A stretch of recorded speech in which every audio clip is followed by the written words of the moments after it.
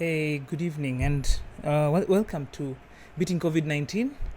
Um, Today, we're going to talk about COVID-19 and mental health. At the moment, we are facing the COVID-19 pandemic with a lot of vigor, a lot of strength. We are doing the 4 C's, which is chill, cover, clean, and clear distance. And also, when you travel, you change your mind, change your clothes, carry extras. We're doing all that in the aim of flattening the curve, and then in the hopes that sooner or later we'll be able to be free and out and able to get back into society. However, all these um, methods and all these principles have largely not touched on the mental health of people. As everyone is saying that mental health is the next pandemic that is coming.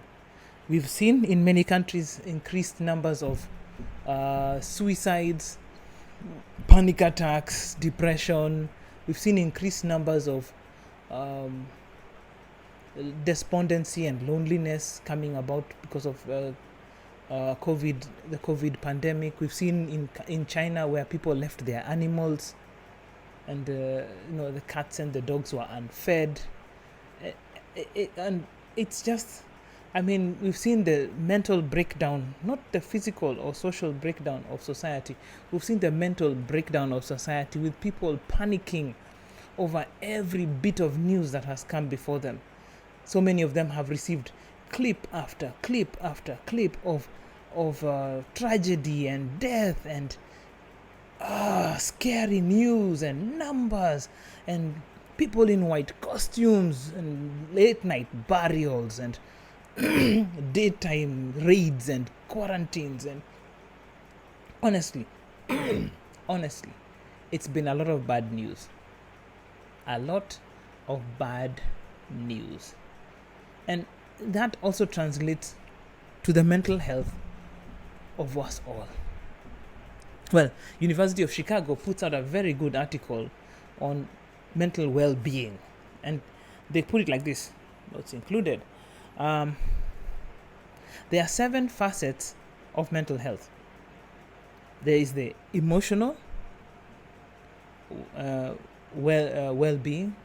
There is the environmental well-being, financial well-being, intellectual well-being, physical well-being, social well-being, and spiritual well-being. Under the emotional well-being, there is the accepting your worth and recognizing and expressing feelings in healthy ways and coping with life's challenges. That's the emotional well-being. Environmental well-being, understanding your surroundings, community, and how your community may impact your overall well-being and establishing a supportive environment.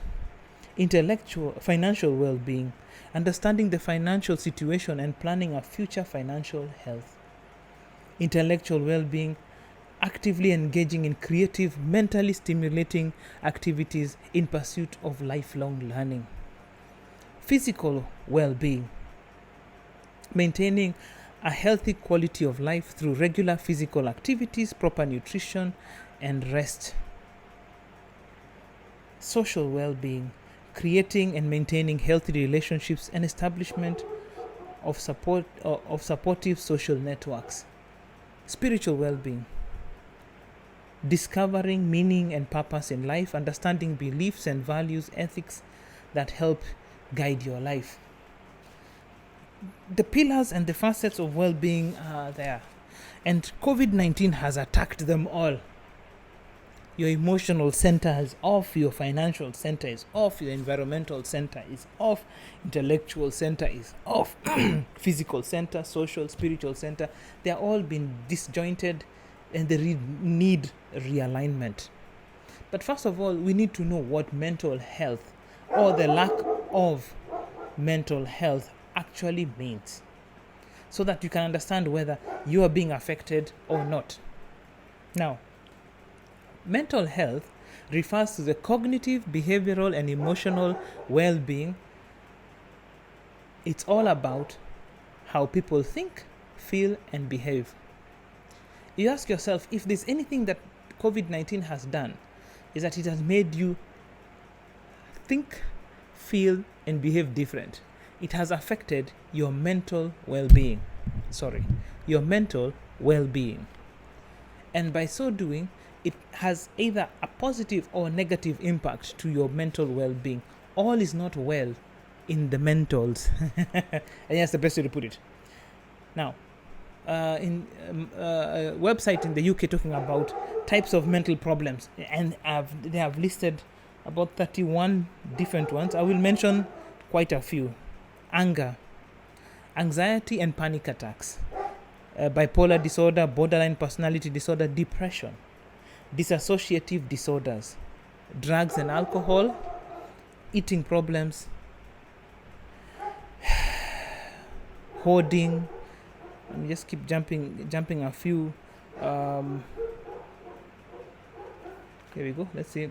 OCD, that's panic attacks, paranoia, personality disorder, phobias, PTSD, psychosis, schizoaffective disorder, schizophrenia, seasonal affective disorder, self-esteem, sleep problems, stress, suicidal feelings, trauma, just to name a few. You can get the whole list on the site. When faced with COVID-19, my question at the beginning of COVID-19, the mental problem, I would like to state this beginning of this week that we are all going to be affected somehow. We are all going to be affected somehow. It's not if or when, but what. So, because of that, we need to appreciate the fact that COVID-19 did not meet us in our lives. It came into our lives and has caused us to react or respond in a different way. Our mental health, our mental faculties are being challenged. So this week we're going to lay out, I don't say a plan or a system, we just want to lay out information about COVID-19, the mental problem, so that you can begin to take a path towards realigning the centers, the 7 facets of your mental well-being back in line. So while the dog is barking out there at nobody, because we are in lockdown and it's in the middle of a curfew, I urge you all to have a good evening.